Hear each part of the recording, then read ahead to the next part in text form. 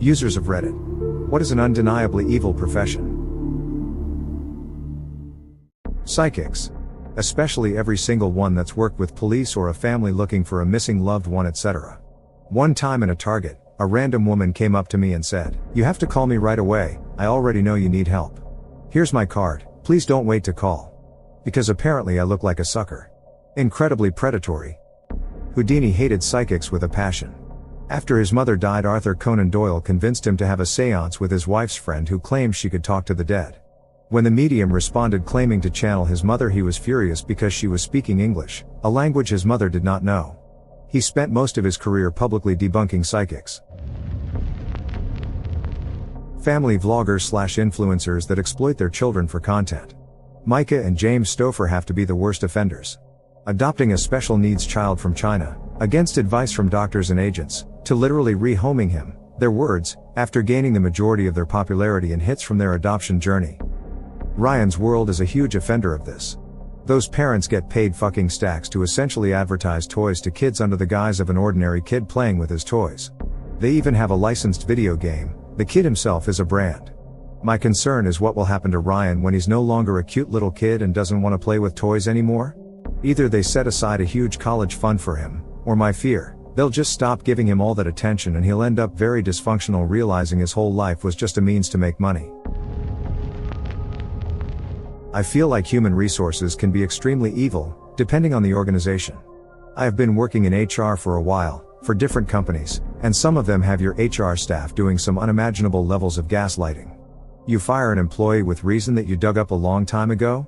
It's legitimate underperformance and can warrant termination if you give them at least one counseling to make them believe they're not doing the job correctly. Didn't last here very long, I don't even put them on the resume. I was not the victim, nor the person being used to terminate the perfectly fine employee, either. Payday loan provider. My father-in-law works for one, just a regular employee, and it's sad that he actually thinks he is helping these people. I tried to explain why it's so bad, but all he sees is the people being able to come in and get money to buy food for their kids, obviously a lot of recurring customers. He is also terrible with money, so I see why he doesn't get it. When my wife and I were first married, he told me he had $25,000 saved for retirement and he thought he could retire in a few years on that. Obvious answer, but human traffickers. I was gonna say hitman, but then I thought at least there's a certainty to it. Either the job gets done and the person dies, or it doesn't and the person lives. There's an end to it. Human trafficker though, you deceive and then pass terrified, overwhelmed, powerless people off into a nightmare ether where anything could happen to them, but it's always going to be bad and scarring if not fatal. And unless they get away or get saved, that's just their life from then on. The people that work for National Debt Relief. They trick vulnerable people who would do anything to get rid of their credit card debt into worsening their credit and accumulating even more debt. Absolutely evil. I had no idea WTF this even way. Looked into it, what the fuck? How is this even legal? If they refuse to settle with them, you are now on the hook for your debt, late fees, and destroyed credit. Look at this shit, bold mine. Do you offer a money-back guarantee? Yes. We offer a money-back guarantee because we want satisfied customers. Our guarantee, by joining our program, you will be on your way to reducing your debts. We are so confident in our professionalism, level of service and ability to get results, that we do not charge a single penny in fees until your debt is settled. Not a single penny. If we are unable to settle your debt or if you are unsatisfied for any reason up to the point of us settling your debts, you can cancel anytime without any penalties or fees. If we are not able to settle any of your accounts, you don't pay us. It is that simple. We get results or you don't pay. We call that our 100% satisfaction guarantee. No shit. It's straight against the law. The Federal Trade Commission made it illegal to collect before settlement back in 2010. Predatory towing. I still have a boiling hatred for the towing company that would troll my old apartment complex and steal people's cars, and I will die on the hill that is what they were doing, stealing poor people's cars. They tried to gank my car the day I brought it home because it was covered in patina and looked abandoned to any Karen that doesn't know any better. Ran fine, paperwork up to date, just had bad paint. I had narrowly avoided having it taken because I was in the right place at the right time. After that I would steal their aluminum signs they had posted at my complex every time they replaced them. Bonus points because my job at the time made those things. I still have 3 as trophies. Fuck them. Also, not a profession, but the scumbags who targets the elderly, pretending to be from the bank or some other authority. Luring good-natured people and take their money. Just had some cases where they specifically went for widows 80 plus, preferable handicapped. Some of the most vulnerable people. Hope they don't sleep well at night. Tele scammers too. They're especially fond of targeting old people. In India they have whole underground workplaces dedicated to cold calling people overseas with personal info they've dug up on you to try to get your identity and siphon vulnerable people's money. They often impersonate the police or credit agencies and try to convince you that you're implicated in fraud in order to get you to tell them your sin. Also, just the regular call centers. My wife and I took care of her grandmother for several years. The old lady learned quick. She'd get one of these wankers on the phone, and hand the phone to me and say, "I got one for you, have fun." And then I'd pick one of several personae, to hassle them with. Sometimes I'd pretend I couldn't understand them, and make them keep repeating themselves. I'd hit on them. I'd ask them if this is what they wanted to do when they grew up. Lots of stuff. And Grandma loved it. She said it was great entertainment. I am surprised that no one mentioned paparazzi. They are leeches. I caught the end of a TV program following one the other day. It was his opportunity to show that paparazzi are just honest people doing a job. But no, he came across as even more unpleasant than I expected. He just couldn't help himself. Union busting. I cannot fathom what kind of person could possibly work in this industry that actively works to manipulate and terrorize hard working class folks into accepting less than acceptable working conditions just so a corporate entity can pocket the change. It is an industry literally built on the principles of gaslighting and manipulation. Health insurance adjusters. Here's an example that happens thousands of times every day. You go to the doctor's office because of some pain, abdominal, knee pain, whatever. Doctor is slightly concerned and says we should check for abnormalities and orders an MRI. You show up at the imaging place and are told insurance isn't covering it, and without insurance it's $900. Could be fucking cancer, some internal damage, but nope, insurance won't cover a simple imaging. A company with $250 billion of revenue just can't afford it, even though you are paying them precisely to do this. Who made this medical decision for you? Your doctor, who went through 4 years of medical education and several more of residency, who knows your medical history. Nope. This pencil pusher at their fucking desk made it, based on how much you are likely going to cost for their company. So, unless you're decently wealthy or just desperate, you don't get to know what's causing your pain because an insurance adjuster thinks you should take an aspirin instead and see how that works because it's cheaper. They are incentivized to not pay for your medical care. Most companies will suffer from making shitty products or providing poor services, but insurance companies will profit from going against your interests, breaking their own rules and hoping you don't call them out or litigate. Car insurance is better because at least if other drivers are at fault, incentives are aligned and they will fight for you. But to health insurers, your body is always the enemy. It's absolutely insane to me how this is allowed in this day and age. Opioid dealers. I'm talking cartels and pharmaceutical companies. Why? What do you mean why? Their profits go up when addiction does. The more lives they destroy, the more money they make.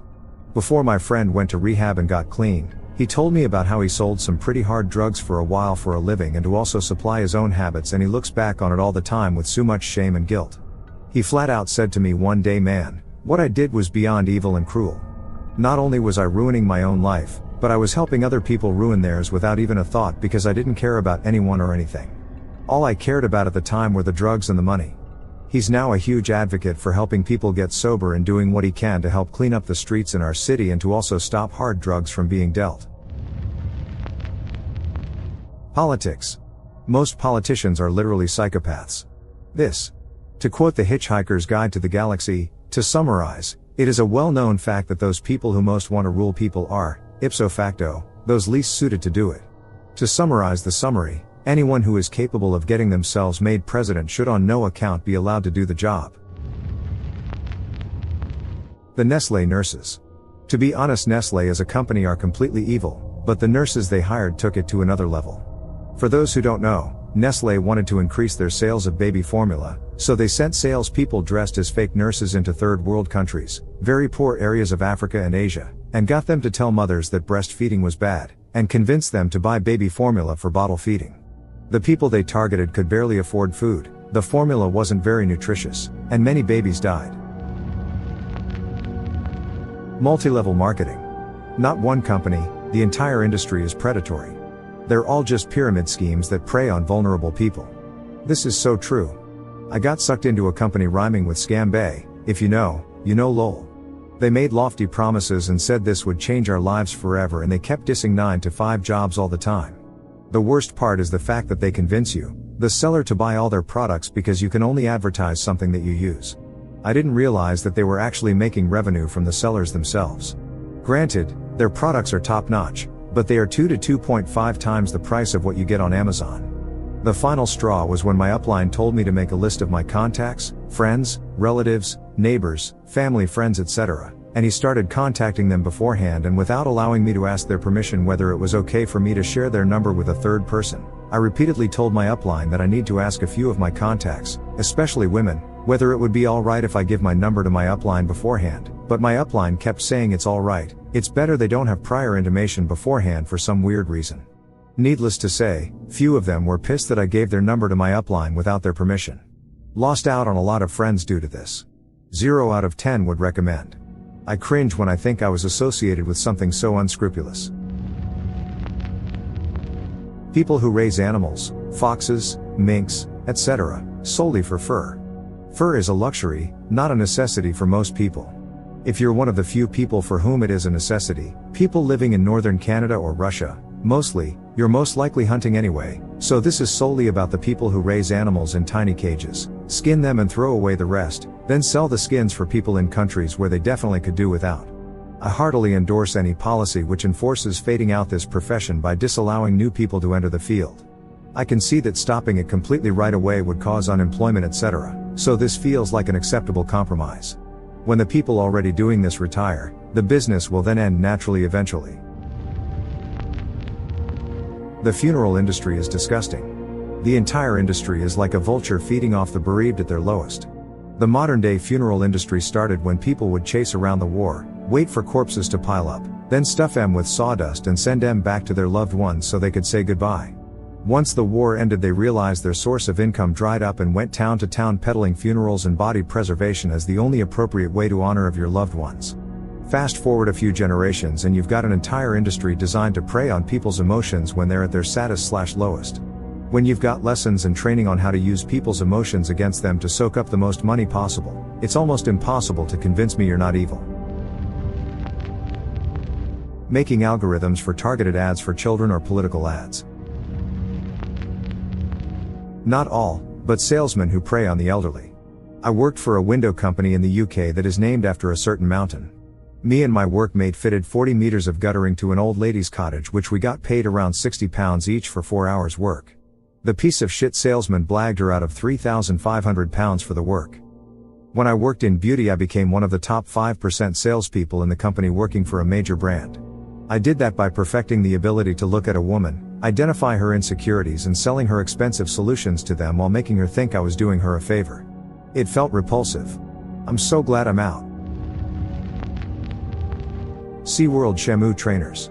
Those wild animals deserve to be out in nature where they belong. Not trapped in a bathtub doing stunts for humans' entertainment. I saw a drone view of SeaWorld where they outlined the orca tank, where they spend their entire lives, and then outlined the parking lot.